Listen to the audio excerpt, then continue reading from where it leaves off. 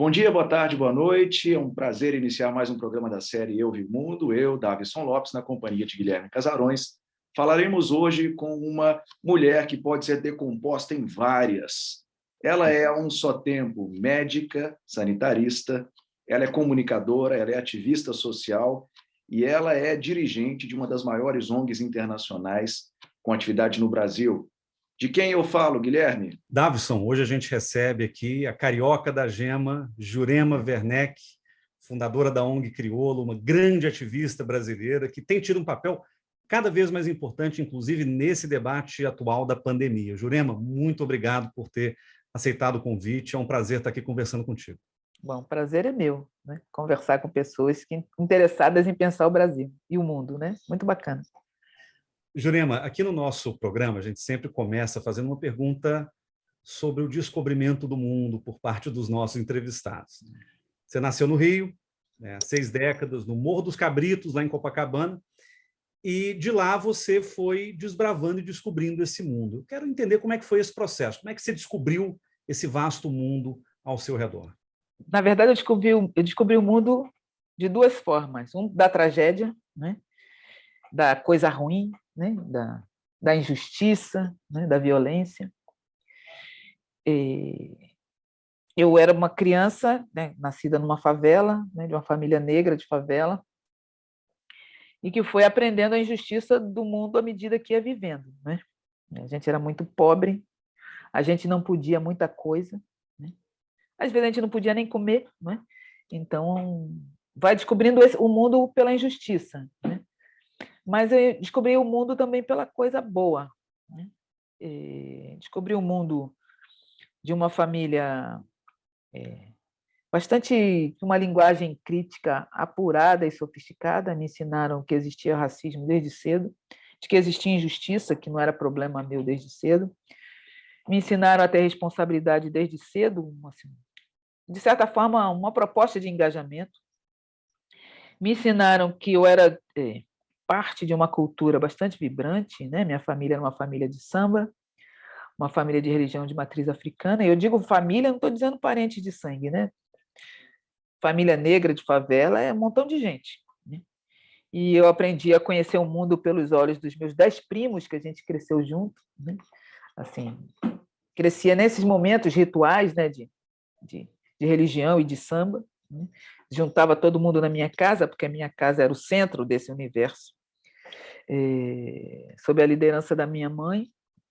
Depois eu fui descobrindo o mundo da música, o mundo da, sabe, ouvindo música. Eu até estava conversando com uma pessoa aqui, né? Aqui na Anistia, a língua franca é o inglês, né? Graças à música, a música que tocava no rádio, eu aprendi inglês, né? E acabou me trazendo até aqui, né? O meu inglês que eu fui capaz de aprender tem a ver com a música, sem ter feito curso de inglês de intercâmbio internacional, né? É isso, eu fui descobrindo o mundo à medida que ele se apresentou para mim também, pelo seu lado bom e pelo seu lado ruim. Mas conheci muita coisa boa, muita gente boa. E tem uma coisa engraçada, né? Quando eu era criança, eu lembro de mim dizendo que eu não sabia o que ia ser quando crescer. Sabe aquela coisa que as pessoas dizem, se você quando eu crescer, eu nunca soube, né?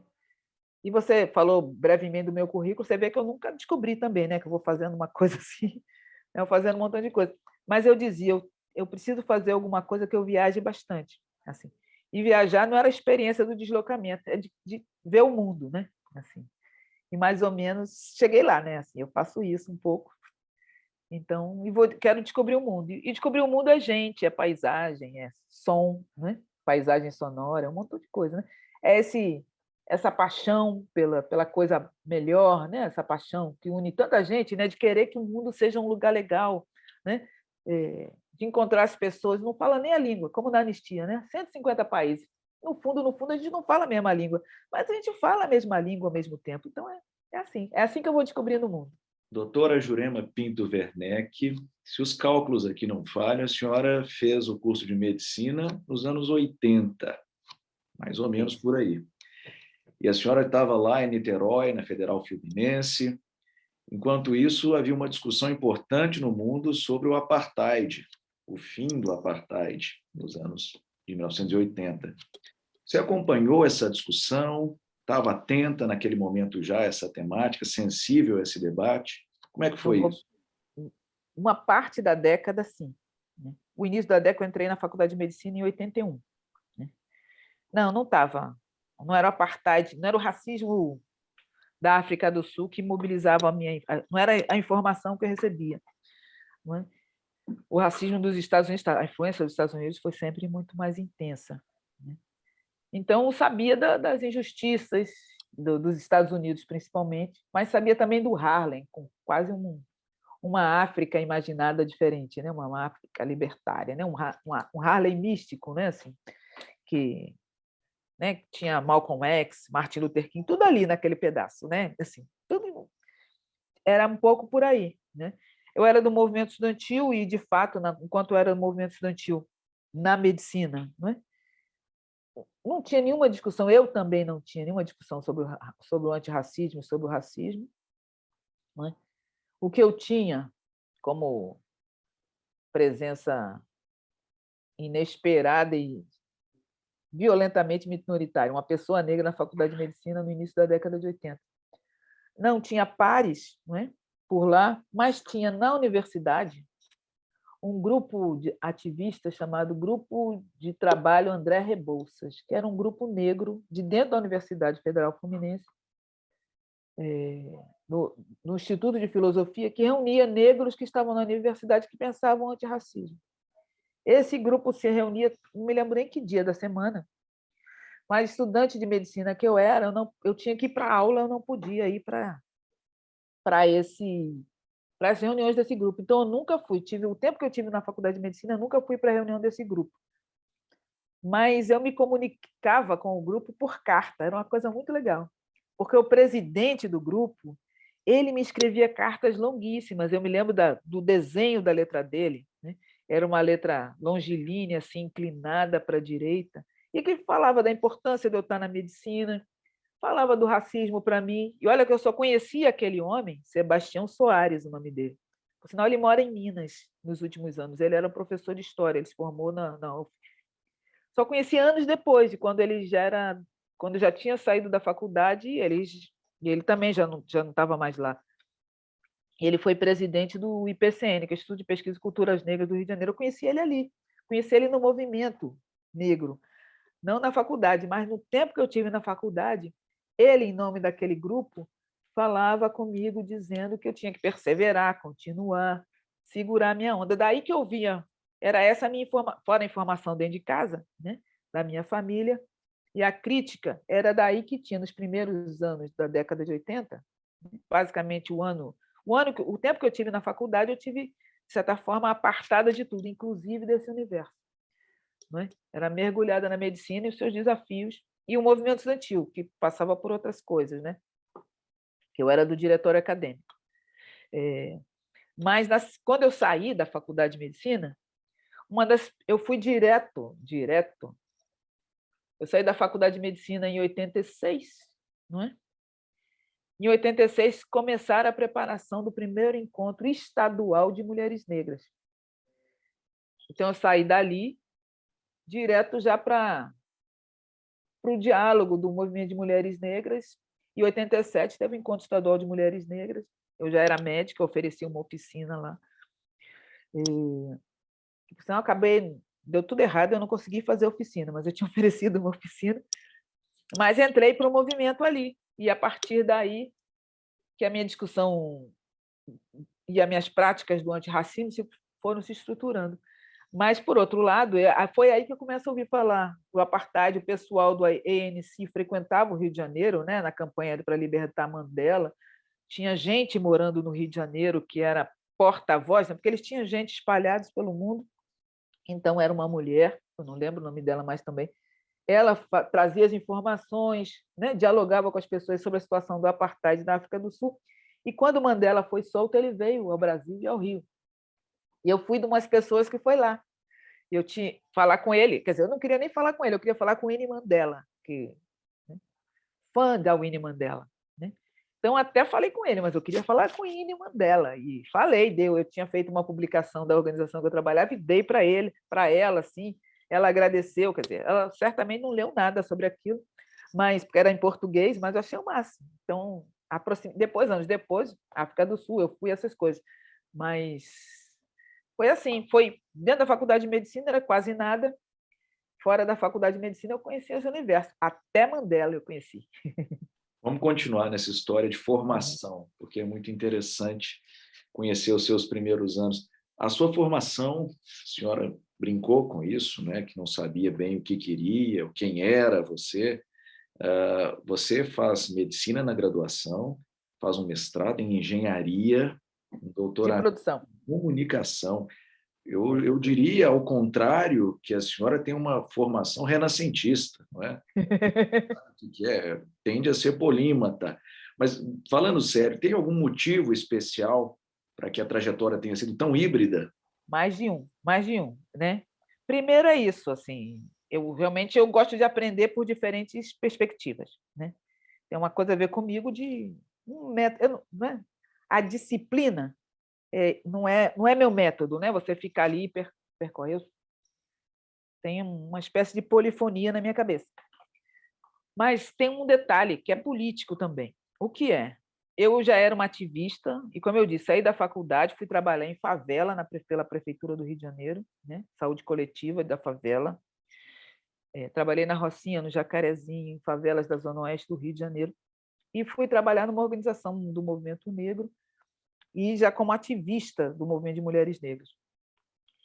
Quando eu saí da medicina, depois de um tempo eu falei que eu não queria mais fazer medicina, eu queria me dedicar a um outro aspecto da coisa. Então, eu pedi demissão da prefeitura e fui continuar no trabalho com organizações da sociedade civil, porque eu achava que trabalhar na favela era insuficiente, porque tinham tantas camadas. Eu acho que trabalhar em organização tem mais agilidade, né? Então, eu fui para as organizações, então não podia fazer medicina nas organizações. Então, fui me afastando da medicina, ainda que até que era uma coisa legal, eu gostava. Fui me afastando da medicina e o estudo veio com a necessidade de refletir sobre a prática da luta do antirracismo, né? O antirracismo patriarcal, a posição das mulheres negras, essas coisas. Era sempre o eixo, era essa minha prática que reivindicava a reflexão e estudo. Então, o mestrado eu fui na engenharia de produção. Veja, a minha dissertação era sobre conhecimento, poder e gênero, o nome. Eu já não me lembro, mas tinha um subtítulo, mas eu sei que era conhecimento, poder e gênero, mas lendo, a leitura, as análises que eu fiz foi em torno da produção das mulheres negras em saúde. Né? Não saúde, medicina científica, mas também. Né? Na época, até eu lancei um livro junto com outras companheiras que se chama O Livro da Saúde das Mulheres Negras. Era um pouco da reflexão em torno daquilo. Era uma transição, né? Como eu ligava a saúde que eu fazia, a medicina que eu estava deixando, para o ativismo, né, que eu estava mergulhando. Foi uma transição. E, veja, por que eu fui para a engenharia de produção? Porque em 1900 e antigamente, mulher negra como tema, principalmente tema de pesquisa de mulheres negras, não tinha entrada na universidade. Não tinha para onde levar isso. Mas na COP, né, Coordenadoria de Programas e Projetos de Engenharia da UFRJ, tinha lá um professor que aceitou, que concordou, e foi ótimo. O nome dele é Roberto Bartolo. Né? Ele coordenava uma área na COP chamada Modernidade e Tradição, área de avaliação de projetos industriais e tecnológicos, que tinha uma área chamada Modernidade e Tradição. Uma amiga minha falou assim, fala com o meu orientador, ele vai te entender e vai gostar. Encontrei com ele, por sinal, num bar, no Baixo Gávea, né? Conversei com ele e falei, olha, eu quero pesquisar isso, isso e isso. Veja, antes de ter o projeto de dissertação, a gente tem uma ideia vaga, mas eu falei para ele a ideia vaga, ele me ouviu e falou para mim, eu posso te ajudar nisso, nisso e nisso. Mas daqui para diante, você tem que procurar, porque eu não posso. Mas ele foi de uma generosidade de aceitar, me aceitar, né, e as minhas ideias, e ele abriu espaço para eu fazer. Então, foi lá na engenharia de produção que eu encontrei essa generosidade. Né? Então, eu fiz. E com esse orientador, que é um homem brilhante e muito generoso. Né? E que, de fato, me ajudou, inclusive, a a construir autonomia como pesquisadora, percebe? Porque pesquisador é isso, não é ser carregado pela mão, é poder, né? Ele ele me deu algumas ferramentas e disse vai, né? Vai, né? Eu tenho isso para você. As outras coisas estão no mundo, encontra, né? E vem, né? E ele foi exatamente essa pessoa, não é? E fez isso comigo. E quando chegou, aí fiz o mestrado e voltei para o trabalho na organização, movimento social, movimento de mulheres negras, etc, etc. Depois teve um tempo de novo a mesma coisa, tem que parar, porque a gente, quando está no ativismo, né, a gente vai no looping, que a gente pensa muito conjunturalmente, né? A gente não para e dispara um pouco, não é? E para um pouco entre aspas, né? Porque a gente também não para, mas dá uma parte do seu tempo para reflexão. Então, aí eu falei, eu preciso parar para pensar de novo. Assim, né, tem uma hora que você está só no looping. Não é lutar, não é descer ladeira, né? Lutar é parar, pensar também. Então, parar pensar. Aí tinha uma orientadora também, lá na Escola de Comunicação da UFRJ, e eu tinha pensado, eu quero... Música sempre foi muito uma ferramenta para mim, né? Como eu disse, eu aprendi inglês ouvindo rádio, né? Então, falei assim, então eu quero usar essa ferramenta. E ainda pesquisando mulher negra, eu vi que mulher negra na esfera pública, onde tinha volume de mulher negra, é na música. Não é na política, não é na academia, não é no teatro, não é no cinema. Mesmo agora, com as cotas, não é. É na música. Então, meu pressuposto aí, as mulheres negras estão na música, mas possivelmente não estarão a passeio, né? Tem várias questões em torno disso que devem significar alguma coisa. Então, era a música. E encontrei uma orientadora que achou ter a música e dali o samba, né, como um lugar de estudo sobre a atuação, particularmente a atuação política das mulheres negras, era pertinente. Então, fui para a comunicação, entendeu? Mas tenta imaginar uma médica, alguém que estudou com o método da medicina, que é todo assim, na comunicação. Foi onde eu mais... Porque na engenharia, mais ou menos, né? Engenheiro também é tudo assim. Mas na comunicação, o que eu tive de choque cultural e de ser instado a me adaptar, porque é outro mundo. Assim, Foi muito interessante, foi muito interessante. Mas foi isso. Foi assim que eu fui zigue-zagueando. E também tem essa coisa, sabe?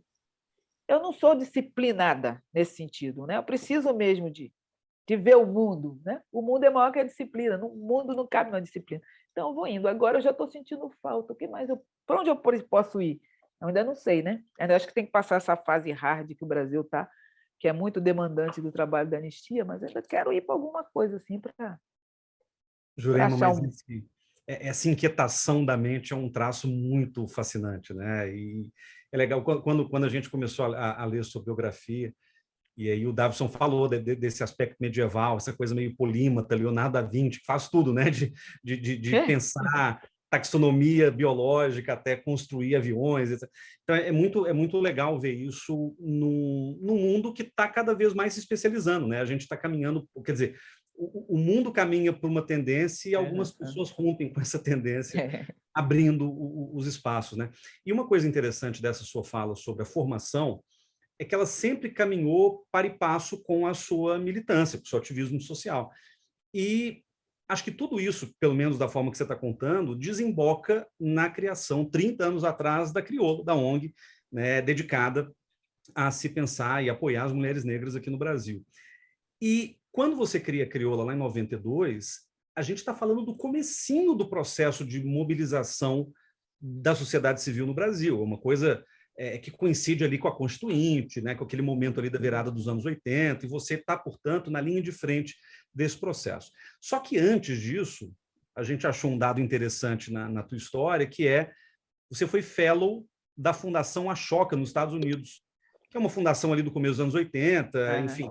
E como você mencionou mais cedo, o papel que a influência da luta antirracista americana teve sobre a sua forma de pensar, o que a gente queria entender é justamente isso. Quais foram as experiências que você trouxe dos Estados Unidos? Tem alguma história marcante do feminismo negro norte-americano que te motivou a criar a ONG Crioula nos anos 90? Como é que as experiências do mundo, né, dessa descoberta que você teve do mundo, foram canalizadas nessa sua iniciativa tão importante ali na virada da década? Primeiro, um esclarecimento. Eu sou fellow da Ashoka, né, desde aquela época, não é? Mas isso não implicava eu ter que ir lá, né? Era, né? A Ashoka foi muito importante na minha vida, porque a Ashoka era uma fundação que estava começando no Brasil. Antes de mim, os fellows que tinham eram poucos, Chico Mendes, o Ivanir dos Santos, aqui no Rio de Janeiro, uma meia dúzia, era um grupo, eu não me lembro dos outros, mas esses dois eu lembro. E o que elas faziam? Oferecer bolsas para as pessoas se dedicarem ao que eles chamavam o seu empreendimento social, né? Então, foi assim, alguém me chamou, me ofereceu uma bolsa, mas veja, uma pessoa de favela, né? E eu já era médica nessa época, quando eu virei fellow da Ashoka, mas era uma pessoa de favela que é médica, esse salário, né? Esse salário é o salário da família, né? Então, eu não podia fazer a transição. Não é isso que você estava dizendo, né? Que é tudo voltado para o meu ativismo. Eu não conseguiria fazer essa transição se eu não tivesse recursos, porque a família negra, que é mais do que os laços de sangue, ela depende, todo recurso que entra, ele precisa ser compartilhado, porque então essa bolsa me permitiu fazer a transição estando no Rio de Janeiro, não é? Estando no Rio de Janeiro, é claro que fazendo intercâmbio, né? Mas era mais intercâmbio com brasileiros do que com estrangeiros, e não foi através da Ashoka que eu fiz esses intercâmbios, mas da própria luta, da própria luta. Na verdade, eu devo dizer que o compartilhamento, as coisas, a influência dos Estados Unidos. Primeiro, a primeira influência é esse Harlem mítico e místico, né? Assim, aquele lugar né, em que a luta transcendeu, nos colocou em outra posição. Com o tempo, né? Eu tenho uma amiga, uma ativista americana muito importante, feminista, negra, né? Chamada Kimberly Crenshaw, né? Então, com ela, né, ela, a partir da propagação, né, da leitura e propagação que ela fez da ferramenta da interseccionalidade, ela ajudou bastante. Isso já, né? Ela escreveu o artigo em 89, né? O artigo que ancora muito do pensamento que vem depois sobre interseccionalidade. Ela escreveu em 88, 89. E ela, essa ferramenta da interseccionalidade, isso foi muito importante para a gente entender e pensar. Não foi só eu, né? É claro que eu tinha mais. Eu aprendi inglês no rádio, então, de qualquer forma, eu aprendi inglês, né? O que é uma raridade para a população brasileira, para poder falar com as pessoas. Então, eu podia falar com a Kimberly, ler o artigo no original, com as minhas limitações, né? Assim, fui aprendendo e poder refletir sobre aquilo, por exemplo. Ou seja, a Kimberly é uma forte influência, não só para mim, não apenas na forma teórica de fazer, ela organizou vários workshops comuns em que eu participei, ou como convidada para vivenciar o workshop, ou como convidada para ser co-orientadora ou coisa assim, né? Tive algumas oportunidades de compartilhar com ela, seja nos Estados Unidos ou na Europa, ou aqui no Brasil, reflexões, formas de trabalho, né? Eu encontrei com essas outras pessoas, né? Eu organizei o livro da saúde das mulheres negras, que foi lançado, eu não lembro, ou 2000 ou 2001, né? Com duas companheiras, uma outra brasileira que morava nos Estados Unidos e uma escritora americana chamada Evelyn C. White. E ali a gente reuniu textos de brasileiras e norte-americanas, com diferentes enfoques, né? Um conceito ampliado de saúde, né? Próximo do bem viver, quase, do antirracismo, etc, etc. Então, ali eu dialoguei com as autoras, né? Angela Davis foi, junto com Leci Brandão, o modelo que meus pais me ofereceram para ter foco nos estudos, percebe? Uma menina com déficit de atenção, uma menina negra com déficit de atenção, e participando dessas escolas violentamente racistas, ainda criança, né? Meus pais sempre, todas as notícias de Ângela e de Leci, eles me mostravam e diziam, elas estudaram. Entendeu? Elas eram um modelo, veja o modelo que eles me ofereceram, né? Eles desde sempre viam meu lado ativista, mas Alessi Brandão e Angela Davis. Então, a Angela Davis é quase a minha vida inteira, porque ela andou presa, depois a campanha liberta em Angela Davis, depois ela foi solta. Então, acompanhei ela, não é? Ainda li os livros dela no inglês, né? Antes de serem traduzidos, porque traduzi outro dia, né? Aqui no Brasil, né? Demorou. Mas li também Angela Davis, não é? Patricia Hill Collins veio depois, né? E muitas ativistas. Eu, como ativista, participei de muitas atividades nos Estados Unidos, diferentes coisas, ou no processo da Conferência Antirracismo, Conferência Mundial Antirracismo, né?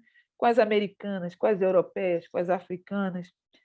Então, são esses intercâmbios, entendeu? Houve movimento social, é espaço de intercâmbio. A única vantagem que a gente precisa, ou a única coisa que a gente precisa para ampliar o intercâmbio é as ferramentas de idioma, né? E agora tem um pouco mais, né? Tem um pouco mais, então foi fazendo. Jurema, aí você, nessa trajetória, cria Crioula lá nos anos 90 e, algum tempo depois, vai parar na Anistia Internacional, que é, não sei se é a maior, mas certamente uma das maiores ONGs de direitos humanos do mundo, atuando, como você mesmo falou, em 150 países, mais de 150. E não há uma questão humanitária sequer que escape da preocupação da organização, né? Que você dirige aqui no Brasil desde 2017.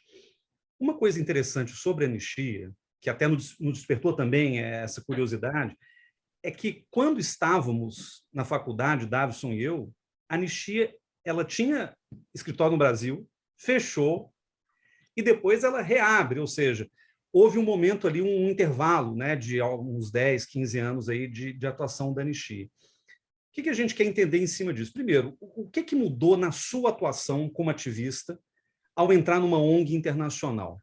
O universo é diferente? Que mundo é esse que você adentra ali na anistia? Essa embocadura da anistia é muito diferente do que a gente tem, por exemplo, aqui no Brasil. Quais são questões que você jamais pensou como ativista local e que passa a perceber e prestar atenção como ativista internacional? E, por fim, por que a anistia ficou um tempo fora do Brasil? O que tem de dificuldade de ser uma ONG internacional de direitos humanos atuando no Brasil? Vou começar pelo final, né? São duas fases diferentes da anistia, né? Quando a anistia veio para o Brasil na década de, não sei quando, né? Antigamente, que fechou na década de 80, ela veio do Brasil com a pauta da ditadura, né? Prisioneiro de consciência, ativistas perseguidos, tortura, e ela veio como uma organização estrangeira, né? Fazendo a pauta estrangeira, né? Assim, acionada por lá, que com o tempo vai criando uma comunidade brasileira que adere, né? De voluntários que adere, acaba abrindo um escritório para fornecer a infraestrutura para essa comunidade de voluntários, que, na verdade, o jeito certo de dizer, esse movimento, né?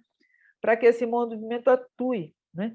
E não atuou, mas esse movimento daqui não atuava nas questões nacionais, né?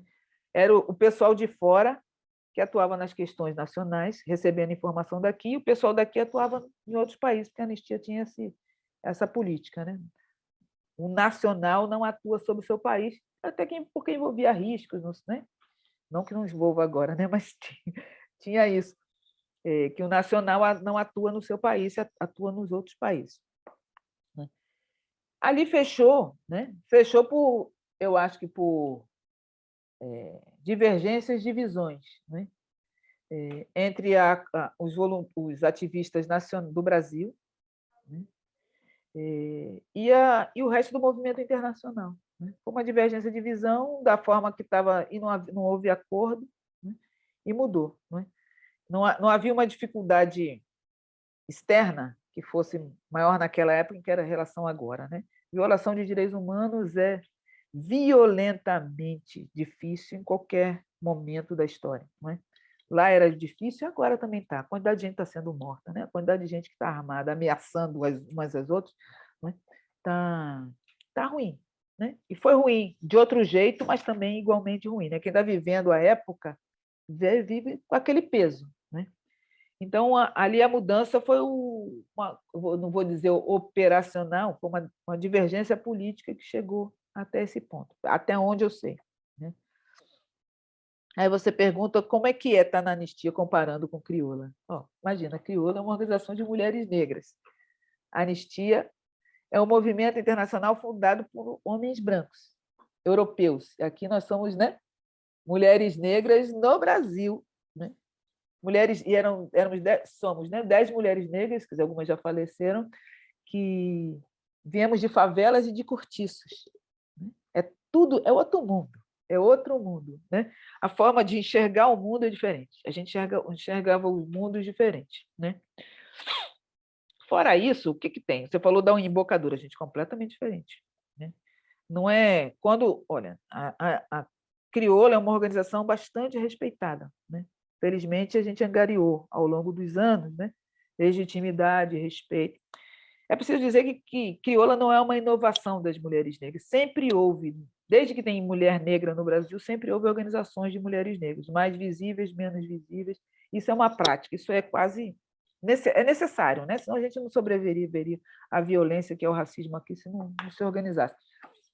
Então, a gente fez, mas a nossa capacidade de abrangência é muito limitada. Mulheres negras, né? As portas não são abertas. A Anistia Internacional ganhou o Nobel da Paz. Não é? A intenção e a metodologia de trabalho, de certa forma, é muito parecida. Não é? É muito parecida. Mas a repercussão e a abrangência, sabe? A Anistia é a Anistia Internacional. A gente é uma entidade. A Anistia Internacional é uma federação de anistias, né? Tem a do Brasil, da Argentina, né? A gente é Brasil, né? Mas a gente é a Anistia Internacional. É uma voz também, não é? Então, a embocadura, não é? Como em Crioula, como no movimento de mulheres negras, a gente só via público aquilo que com a verdade real. Assim, o método jornalístico vai lá, comprova, né? E diz. Se a gente diz que fulano viola os direitos humanos, é porque a gente viu, atestou e tem documento para provar. Né? Não é? Mas a credibilidade de Crioula fala isso. Olha, eu era pesquisadora em Crioula também. Crioula a gente joga nas 11, né? Organização de mulheres, todo mundo faz um pouco de... Então, eu fazia muita pesquisa também. Ainda mais pela minha formação em pesquisa, eu fazia muita pesquisa. Também fazia pesquisa, mas é uma pesquisa, sabe? A recepção daquele dado era diferente. Né? Tem muita barreira, né, que o racismo... Com essa organização de homens brancos europeus, né? Ainda que seja falando pela minha voz, né? Tem uma credibilidade muito maior, tem uma aceitação maior. Tem uma contraposição maior também, né? Assim, não maior, mas diferente. Né? E você pergunta também o que eu aprendi aqui que eu não aprendi em outros lugares, em Crioula, no movimento de saúde, onde quer que tenha sido. Eu aprendi a olhar o mundo com generosidade, porque brasileiro não olha o mundo. Né? O brasileiro vive aqui, para aqui. Né? O brasileiro só vai até a esquina. Né? Quando olha para o mundo é porque quer largar o Brasil. E não quer... Sabe? Aqui na Anistia, a gente sabe que o que está acontecendo, o que a minha colega Oksana está experimentando na Ucrânia é problema meu. E a gente, de fato, sabe, tem uma coisa, quando a Oksana veio a público dizer, olha, a bomba está caindo aqui, veio a público internamente, depois a público, a gente estava na pandemia, então a gente não pôde segurar a mão da Oksana concretamente, mas é problema nosso, não é? E a gente, de fato, sente isso e trabalha para isso. E tenta convencer, não é? Brasileiros aqui que é problema nosso. A gente, né? E também a gente busca convencer os ucranianos que estão recebendo bomba, né? Que a situação dos Guarani Kaiowá é problema deles, sabe? Essa generosidade assim para o humano não é na nacionalidade, não é na minha esquina, não é na minha aldeia.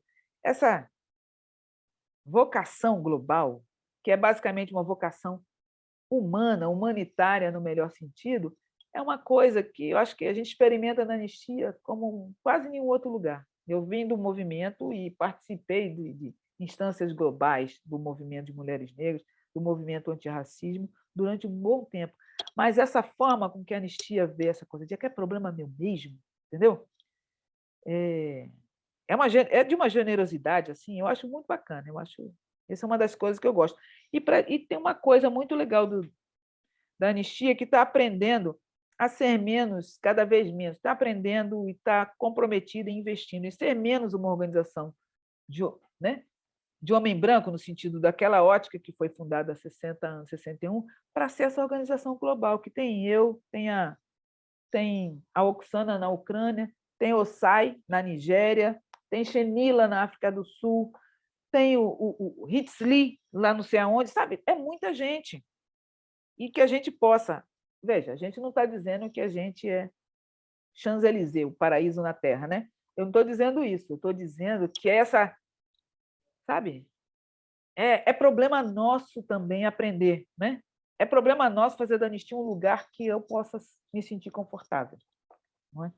O que talvez naquele tempo não fosse.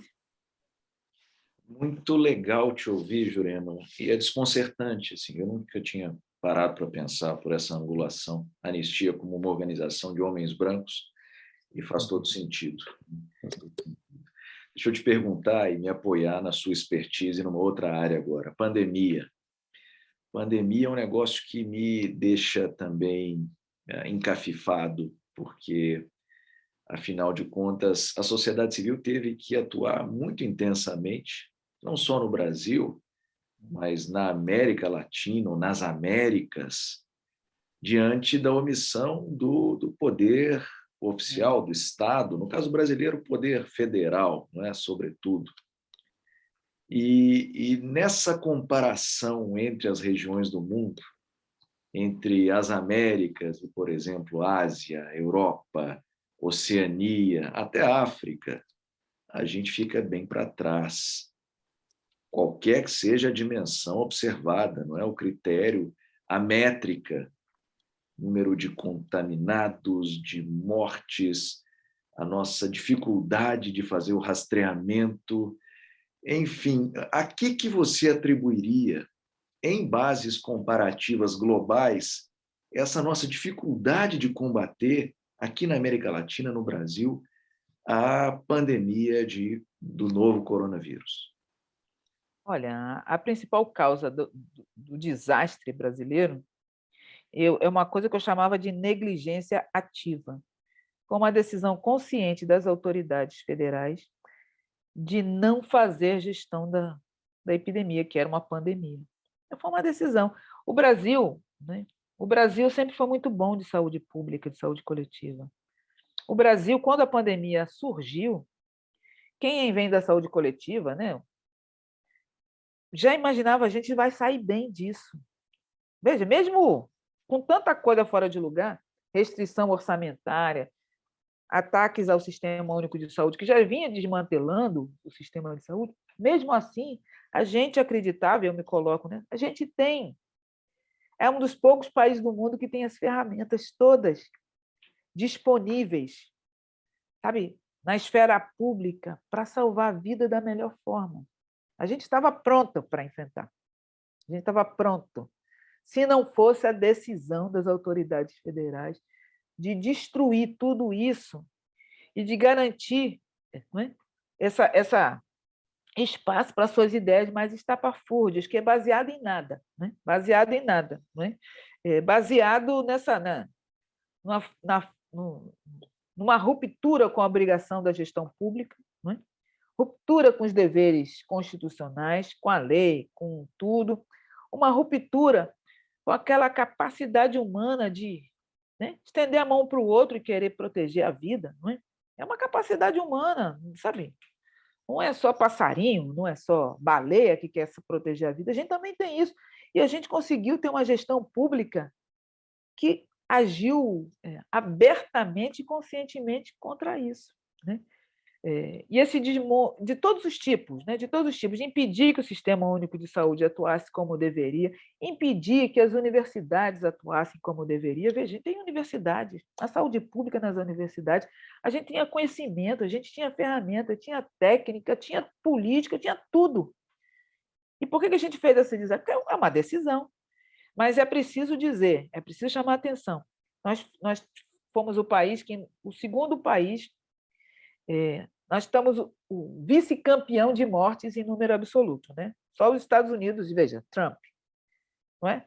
É a mesma coisa, não é? Só que eles não têm serviço público, o investimento em saúde dos Estados Unidos é altíssimo, mas mal feito. Saúde dos Estados Unidos, quando uma epidemia se apresenta, a população está abandonada, né? A menos que se tome uma decisão lá, está abandonada, está perdido, né? Aqui não, a população não estaria.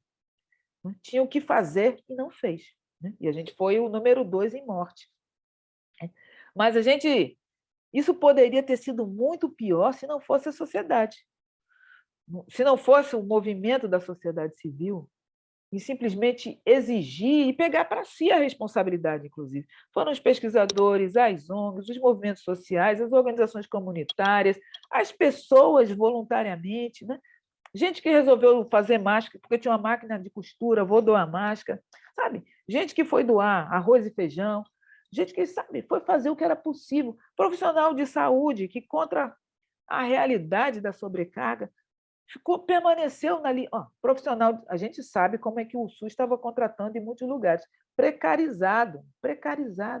Entendeu? E mesmo assim, contra tudo e contra todos, as pessoas continuaram lá, sabendo que estavam na linha de frente. O Brasil foi o país onde mais morreram profissionais de saúde.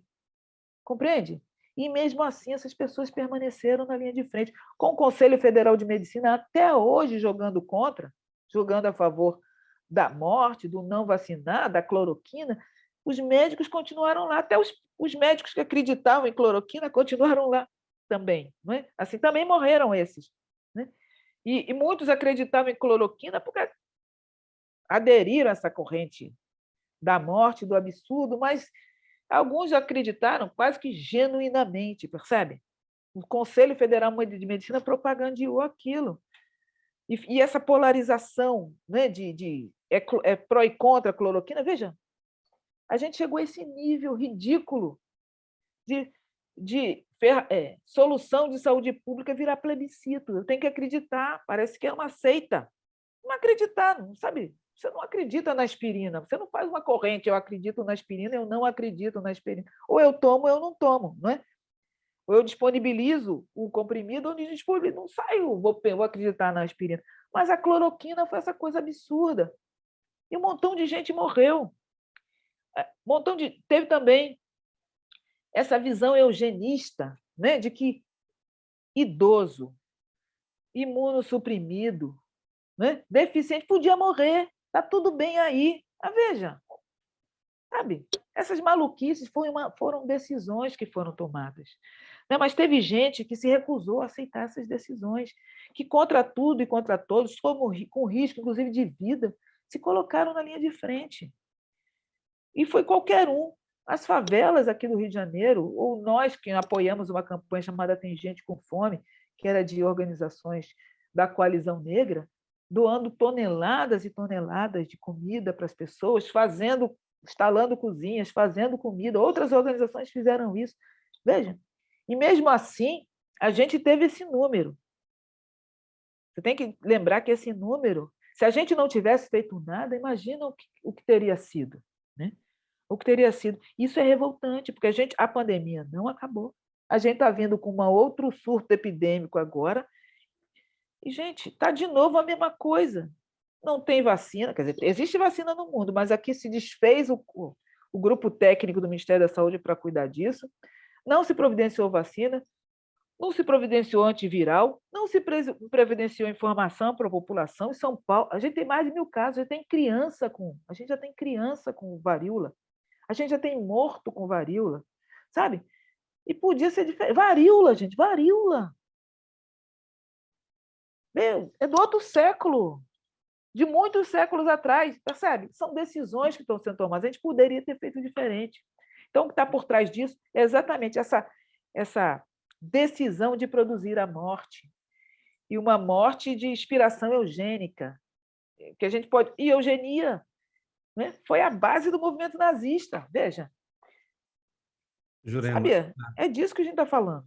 A gente se lembra de uma fala da senhora na CPI da Covid, né, em 2021, e o que a senhora disse foi o seguinte: 120 mil vidas teriam sido poupadas no primeiro ano de pandemia, caso o governo tivesse feito tudo direitinho, E O assim, beabá, o beabá. sem invencionice técnica, o beabá sanitário, né? De controle de pandemia, epidemia, enfim. Se a gente pega os números, né, do que a gente já teve até aqui, quase 700 mil mortos, isso é muito mais do que, proporcionalmente, Guerra do Paraguai, gripe espanhola. Então, assim, é um evento, uma tragédia social, talvez sem precedentes na nossa história. E ainda assim, diante do cenário que a senhora mesma pintou, a gente está na véspera de uma eleição e em nenhuma pesquisa de opinião a pandemia parece ser uma variável decisiva para o voto das pessoas. E notadamente, para quem vota no presidente, né, Jair Bolsonaro, parece que não existe a pandemia, né, como um elemento ali de reflexão. O que aconteceu? Né, pegando o chapéu de médica, mas também o de socióloga aí no meio do caminho. As pessoas se esqueceram, as pessoas normalizaram, está todo mundo anestesiado. A pandemia deveria ter sido um trauma social sem precedentes e a gente voltou ao normal. O que aconteceu na véspera dessa eleição? A pandemia, eu acho que a pandemia é um trauma social sem precedente, né? A gente não voltou ao normal e essa estratégia dissociativa aí que você está falando é mais um sintoma, na minha opinião, né? Assim, isso é um sintoma por diferentes razões. Veja, a herança que a pandemia deixa no aqui e agora para grande parte da população é viver ou morrer. Já não é mais pelo vírus, para a maioria, né? Porque a vacina chegou, né? E muita gente foi vacinar né? Aos trancos e barrancos, mas foi vacinar. Teve indígena e quilombola, teve que requisitar a DPF, né? Ir para o Supremo Tribunal Federal para ter acesso. Mas se vacinou. Mas a pandemia não acabou, e aquilo que chama Covid longa não é apenas sintomas da medicina, né? Os diferentes sintomas, outras chances de morrer das sequelas, né? Que não são sequelas, são as dinâmicas, né? Que a Covid instaura no organismo, vai produzindo mortes ao longo prazo, de adoecimentos a longo prazo também. Então, as pessoas estão tendo que lidar com isso. Todo lugar que eu vou, todo mundo fala, eu não me lembro disso, eu não me lembro daquilo. As pessoas, sabe? Tem, inclusive, ninguém não lembra mais de nada, perdeu a memória. Eu não estou dizendo a memória política, eu estou dizendo a memória mesmo. Quer dizer, ela está aqui. Ninguém lembra o nome de não sei quem, não lembra qual era o nome daquele filme, não lembra o número do ônibus, não lembra um montão de coisa. Eu acho que tem Veja, tem nesse momento 33 milhões de pessoas com fome. Veja, quem está lidando com a fome, eu tenho essa experiência, é como um médico de emergência, sabe? É como um médico de emergência.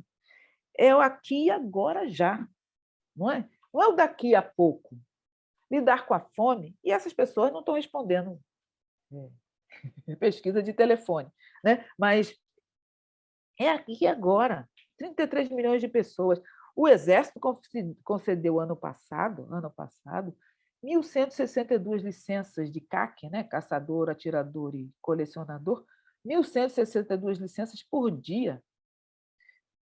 Sabe o que é 1.162 licenças de ter um fuzil por dia? E ter não sei quantas munições? As pessoas estão sob ameaça real. E não é. A gente viu a morte do guarda municipal em Foz do Iguaçu, mas o cotidiano é ameaça real. Está todo mundo armado, o crime organizado está armado, a polícia aqui no Rio de Janeiro comete chacina todo dia. É agora. Não é? Eu acho que tem uma parte da população, eu acho que as pesquisas se refletem nisso, não estou dizendo só as pesquisas eleitorais, o Ipsos, né, aquele Instituto Global de Pesquisa de Opinião, lançou uma pesquisa em junho e que viu que, no caso brasileiro, que é igual ao mundo, 74% da população diz que o governo está indo na direção errada. 74%. De quem né, da amostra lá diz que o governo do Brasil está na direção errada. Então, está lendo essa realidade. Mas como é que responde a isso? Onde é que responde a isso? De que jeito responde a isso? Que é o nosso dilema cotidiano. Não é? A gente vai fazer o quê? Eu devo dizer que, como todo ativista não tem dúvida que a vida vai ser melhor, percebe? Só dá trabalho, mas vai ser melhor, entendeu? Eu acho que as pessoas estão lendo, sim. As pessoas estão vendo, sim, é claro. Olha, eu já disse, eu sou uma mulher negra que nasceu numa favela de Copacabana, entendeu? Eu já conhecia a capacidade de violência e crueldade que a injustiça produz no Brasil. Não foi inaugurada com esse presidente, percebe? Esse presidente é um porta-voz de uma gente que já estava aí, que agora está autorizada a ocupar a esfera pública descaradamente, é verdade. Essa é a tragédia desse momento. Esse momento não inventou essas pessoas. Esse momento disse a essas pessoas, é bom ser assim. Vem para a rua, né? Até era o nome de um dos movimentos, vem para a rua, entendeu? Ou seja, essa gente está aí. De certa forma, é bom que esteja visível e que para que a gente todo mundo tenha a oportunidade de se escandalizar, né? De se escandalizar e de agir para reduzir essa margem, entendeu? É muita gente. Não é possível, né? É muita gente. Mas eu acho que uma boa parte das pessoas está lendo a pandemia, seus impactos, e está lutando contra isso. Só que uma parte está lutando disperso, né? E agora eu acho que está lutando disperso por várias razões, inclusive pelo medo do vírus e da arma, né? O vírus e a armas eram ameaças suficientes para a gente botar a viola no saco.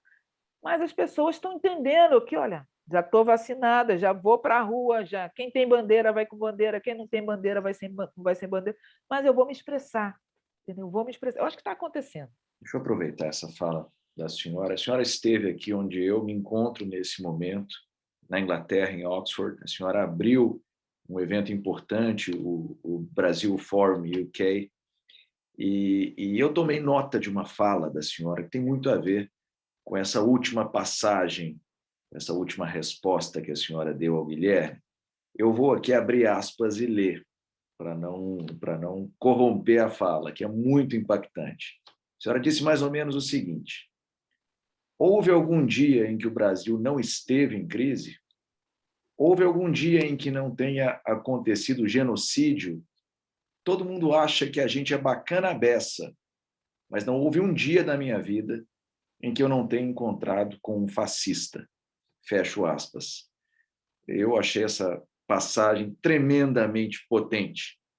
E eu pergunto à senhora, esse fascismo cordial é um traço do brasileiro que só veio à tona? Enfim, eu estou querendo prolongar essa conversa. Eu acho que a senhora já começou a lançar a sementinha na última fala. É isso mesmo? O Gilberto Freire dizia que a gente é bom para acomodar antagonismos. A senhora também acha que é por aí? Não, eu acho que o racismo brasileiro nunca foi cordial, né? Ele era uma reivindicação do fascista, racista, orgulhoso, que ele fosse cordial, né? Essa coisa que o Gilberto Freire diz que a negra com o branco e o índio, nas relações que eram as relações conflituosas adoçaram-se. Não sei de onde ele viu a parte doce. Como eu disse, sempre vi genocídio, sempre vi violência. Não, nunca foi cordial. Nunca foi cordial, né? Nunca foi. Sempre foi o que é. Veja, não dá para adjetivar racismo e fascismo para atenuar o que ele é, entendeu? Você pode botar qualquer palavra, chamar racismo cor-de-rosa. É racismo, gente.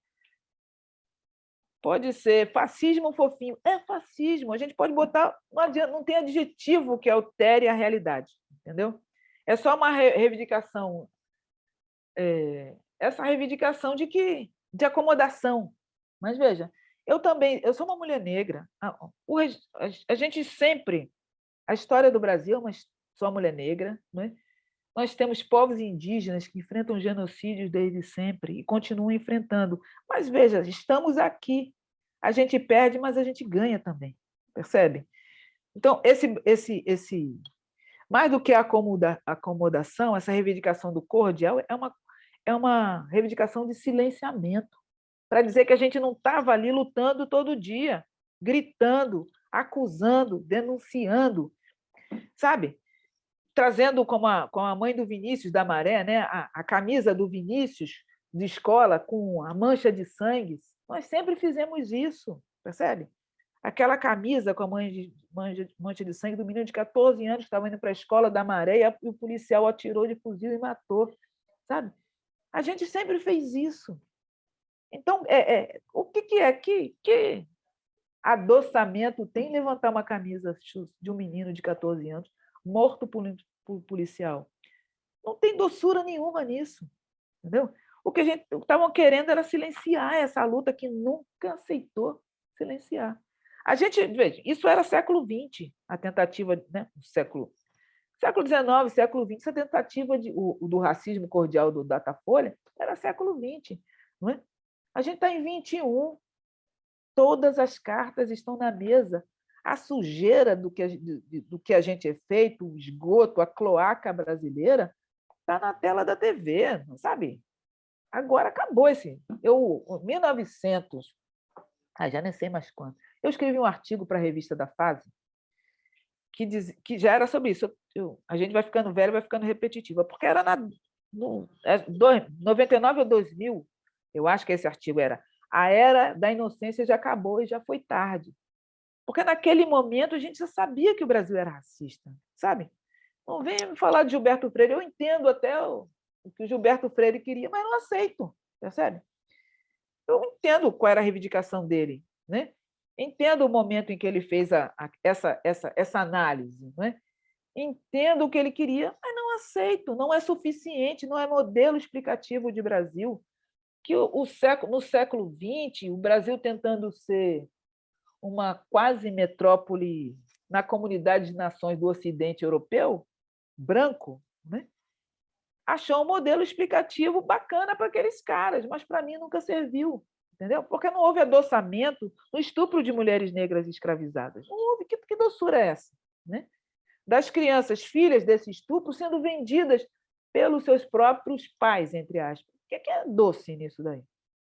Ou seja, nunca foi doce. Foi uma tentativa de silenciamento que nunca deu certo. Estamos aqui no século XX, com a cloaca sendo convidada a ir para a rua, e agora todo mundo está implicado, efetivamente. Sempre esteve, né? Mas agora não tem desculpa. Jurema, você sabe que inconscientemente a gente criou um mecanismo de defesa do nosso próprio modelo de programa, porque as conversas muitas vezes caminham para um pessimismo absurdo e as últimas respostas geralmente elas são muito pesadas. Aí o que a gente fez? Desde o primeiro episódio, Davison e eu, a gente fez o combinado que é o seguinte: o nome do programa é Ouvir o Mundo. E a razão pela qual a gente pensou nessa estrutura é para saber justamente das pessoas com quem a gente conversa a sua experiência de mundo, a sua vivência, as suas viagens, né, as suas visões sobre as relações internacionais, a política internacional e o mundo que nos cerca. Então, a gente sempre fecha com duas perguntinhas muito singelas, quase que um ping-pong aqui, mas é mais para também quebrar um pouco, né, da densidade da conversa, que, aliás, foi incrível. Eu agradeço muito pelo seu tempo aqui conosco, porque a gente pode pegar um pouquinho dessa experiência sua também, aproveitar e aprender. Jurema Werneck, você foi das favelas lá no Morro dos Cabritos, a Oxford, passando pelo Fundo Global da População da ONU, Global Fund for Women, você teve reuniões aí pelo mundo inteiro. Você, das nossas conversas, foi uma das que mais viu o mundo, inclusive vivenciou esse mundo de maneira muito intensa. Desses lugares que você conheceu, qual foi o seu favorito? Por quê? E, claro, de tudo que você ainda não viu, o que a senhora gostaria de ver? O lugar que eu mais gosto é esse aqui, né? Eu adoro aqui, assim. O Brasil é meu lugar, assim. Mas esse lugar como primeiro passo para o mundo, né? Meu lugar é aqui, assim. Eu não digo que eu sou confortável aqui, mas aqui eu sei quem sou da melhor forma, né? Mas quando eu saio, eu aprendo sobre mim também. Eu sei quem eu sou, mas sem ser uma coisa assim, não. O mundo me diz. Na verdade, circular pelo mundo, a gente sabe muito, né, da gente também. Questiona o que a gente achava que era, né? E as respostas vêm, muitas vezes, muito rápido. Não é? O que tem lá? Né? Onde é que eu quero ir? Qualquer lugar, né? Qualquer lugar onde eu vou. Eu quero ir onde tem gente lutando. E onde é que não tem gente lutando? Não é? Onde é que não tem gente tentando fazer que amanhã seja melhor do que hoje? De qualquer jeito, para alguém, né? Eu quero ir para qualquer lugar. Eu já fui a muitos lugares, realmente. Eu ainda tenho um sonho um dia de comprar um mapa só para marcar onde eu fui, porque né? Eu quero ir para todo lugar, né? É sempre gente, né? Eu gosto muito de paisagem também, eu gosto de ver água, eu gosto de ver pássaro, eu gosto de ver girafa, sou apaixonada por girafa, por baleia. Com baleia eu tenho vergonha, porque eu acho elas tão inteligentes, né? O que elas pensam de nós, eu fico, meu Deus, a humanidade, né? Eu me sinto... É claro que a girafa também deve ter uma opinião sobre nós, todos têm uma opinião, mas eu sempre fico, baleia, meu Deus do céu, o que ela vai dizer de nós, né? Só as piores coisas, né? Porque a gente realmente estraga esse planeta. Mas eu quero ir para qualquer lugar. Eu só quero ir, entendeu? Assim, quando eu era estudante, tinha umas pessoas lá na faculdade que liam uns romances, uns livros, não eram romances, eu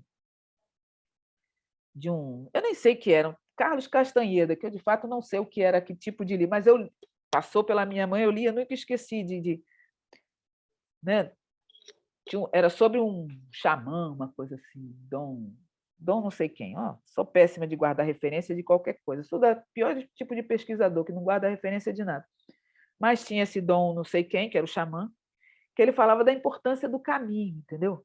Não é a partida nem a chegada, mas é o caminho. Então, o que eu quero do mundo, eu quero encontrar no mundo é o mundo mesmo, entendeu? O que ele tem para me oferecer. Eu só não quero parar, né? Só quero parar na hora certa, quando a vida disser, seu tempo aqui já acabou. Mas se a vida disser isso, eu quero que diga mais para adiante, porque eu acho uma pena parar essa viagem, entendeu? É muito bacana. Prazer te ouvir, Jurema. Que legal, que inspirador que foi passar essa hora com você, passar esse pouquinho de tempo na sua companhia. Obrigado, viu? Olha, eu que agradeço, a conversa foi ótima. E muito obrigada também por me dar esse tempo de refletir coisas. Né? Porque, sabe, né? O Brasil está assim, então acho que é um tempo legal para a gente conversar. Gostei. Obrigado. O privilégio é nosso, Jurema. Obrigado. Obrigada.